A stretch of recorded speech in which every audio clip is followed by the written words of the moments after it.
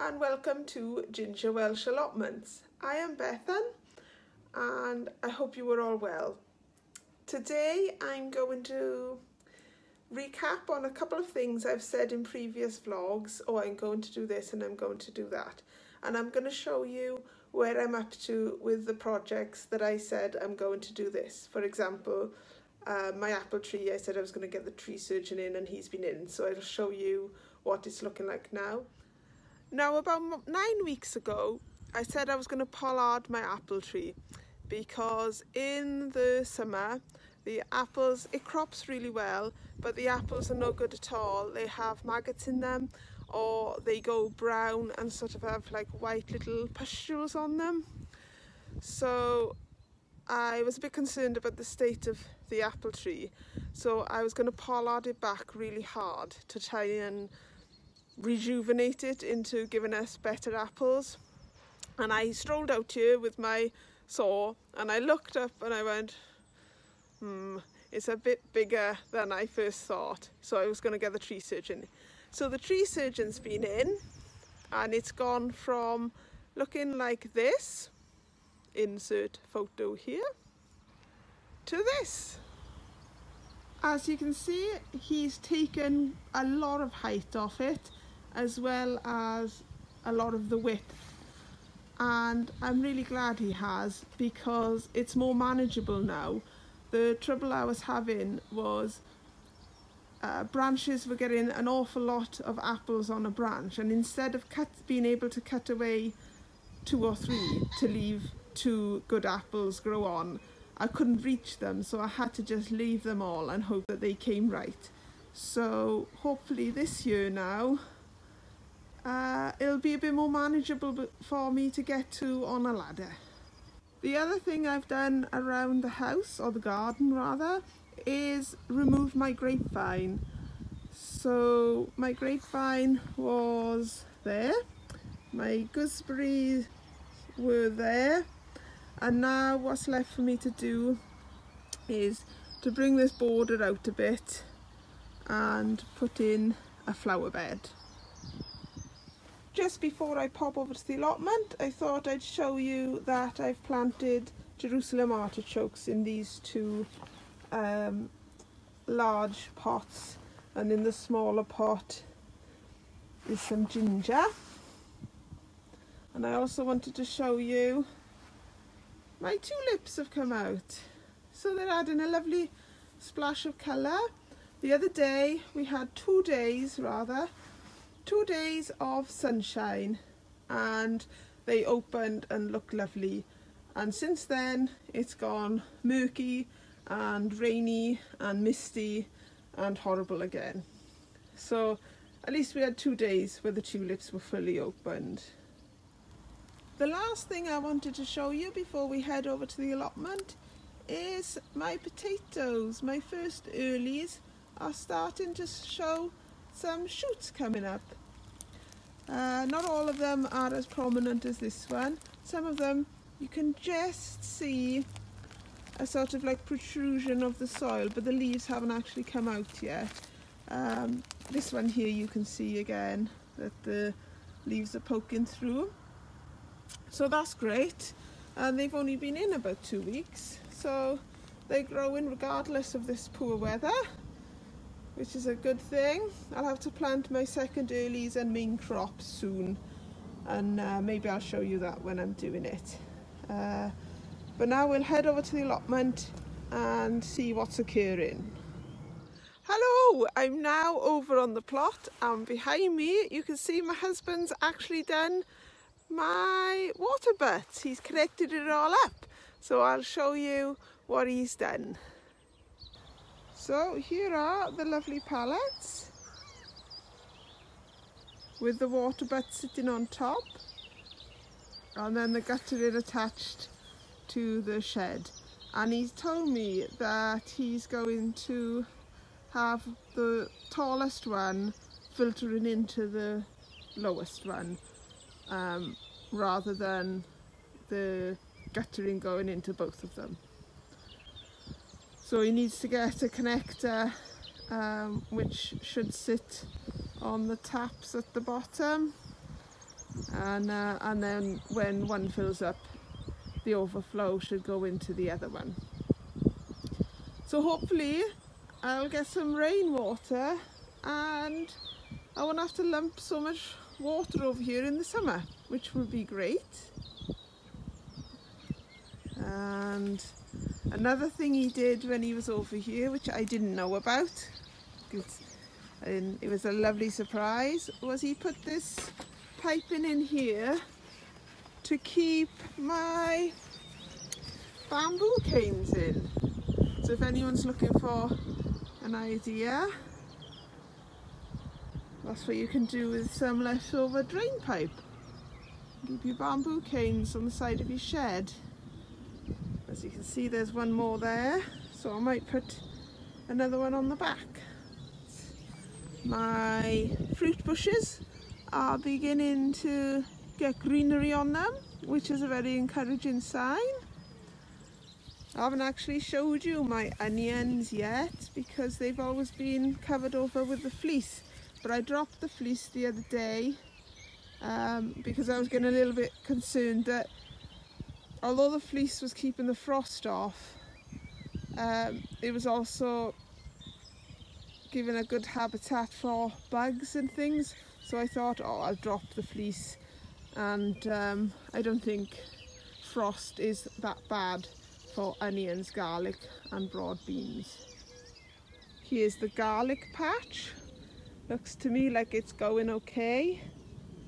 And next to it are the broad beans, which I really need to weed, but it's too damp over here for me to weed today, as I'll just end up not getting any of the weeds up and just sloshing around a load of mud really. But in bigger news, which is very exciting, and I'm actually surprised they didn't put it on the BBC News, is that my broccoli has started to sprout. It is purple, it is sprouting, therefore it must be purple sprouting broccoli. Hooray! This was a really encouraging sight the other day when I was over here, and I'll leave them grow on a little bit more and then I'll harvest some. This purple sprouting broccoli is very lucky to still be there, in all honesty, because right next to where the purple sprouting broccoli is, I've turned the ground ready to put another raised bed in, and I was going to take this broccoli out because it showed no signs of sprouting at all. So it's had a reprieve for the time being, and I'm going to work out putting the beds around the broccoli for the time being. I'll leave the space, I'll mark out the space where the bed will go, and then I'll leave the broccoli in until I really have to put the bed in. I'm not sure if these two beds were in the last time I did a vlog. I don't think they were. So with these beds I need to put some manure in the bottom. I've put the cardboard in already because it was going to rain, so I wanted the cardboard to get damp and wet so that the worms can burrow their way up, but none of the weeds should get through. And I thoroughly turned the ground at the bottom of the beds so that hopefully no perennial nasty weeds will come up. And that might be a job I'll do this afternoon. Well, I say this afternoon, I've got about an hour before it gets really dark, but I might make a start anyway on filling those beds with manure. And the final thing I wanted to show you was my rhubarb, which has just flown on. These two plants here, they are called Timply Early, that's the variety, and as the name tells you, they're an early variety. And the other ones are Victoria, which I planted from seed last year. And if you can see here, a lot of them are giving up a flower head, which is not great with rhubarb because it means that all the energy is going into the flowers and not into the stems, which is what you want. really for rhubarb, isn't it? You want to be able to eat the stems, not look at the nice flowers. So I'm going to get my knife and chop out the flower stalks, and I'll show you how I do that now. Now there are several reasons why rhubarb might bolt, and the first is it's simply very natural for the plant to produce a flower seed so that it can reproduce. I saw the flowers on here yesterday and I went away and looked it up online because I thought, oh no, what's happened to my rhubarb? And apparently it's very common for, especially on older plants, for it to send up a flower head or bolting as it's known, or go into seed as it's otherwise known. And the reason that this one might have bolted, because it's in its first year, not its third or fourth year, is the variety is a Victoria, which apparently is quite bad for bolting very early on. And all I'm going to do is get the stem as low down as it is, and I'm going to cut it with a very sharp knife.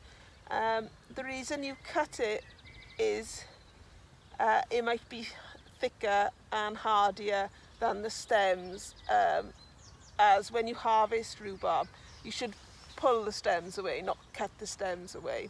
Pull them is better for the plant, but when you get rid of your flower heads, then you cut them away.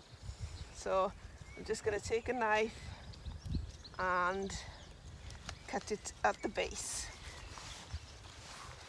And there you have a lovely flower plant that you can put in a vase in your house if you so wish.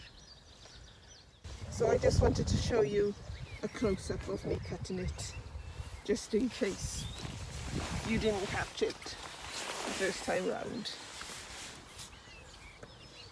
Now that the rhubarb flower power has been dealt with, just keep your eye on the rhubarb if your rhubarb is suffering with flowers, because if they flower once, they might flower again. I've now moved on to the cabbage bed, which has the Swiss chard, spinach and cabbages in, and they've bolted. Here are the 4 cabbages I transplanted back in January, I think, because I was putting in the new beds and they weren't showing much promise of heartening up, so I thought, oh well, I'm going to move them and see how they got on. And how they got on is they didn't like it and they bolted. So the far one at the back, I took a photo of that because that had actually put up a flower head as well, but I chopped it off the other day because it was poking through the netting and I didn't want the precious netting to be broken. So that's what happens when you transplant cabbages. It's not very successful at all. I showed you this area, but from the other side earlier. I just wanted to show you that my kale has all gone out of that area. I harvested it the other day and it's now in my freezer, ready to eat whenever I need it. But I just wanted to clear this ground, so the kale had to go, and it was nearing the end of its life anyway. And one final thing, which I almost forgot to show you, was my grapevine. I hadn't showed you that I'd actually moved it. So here it is.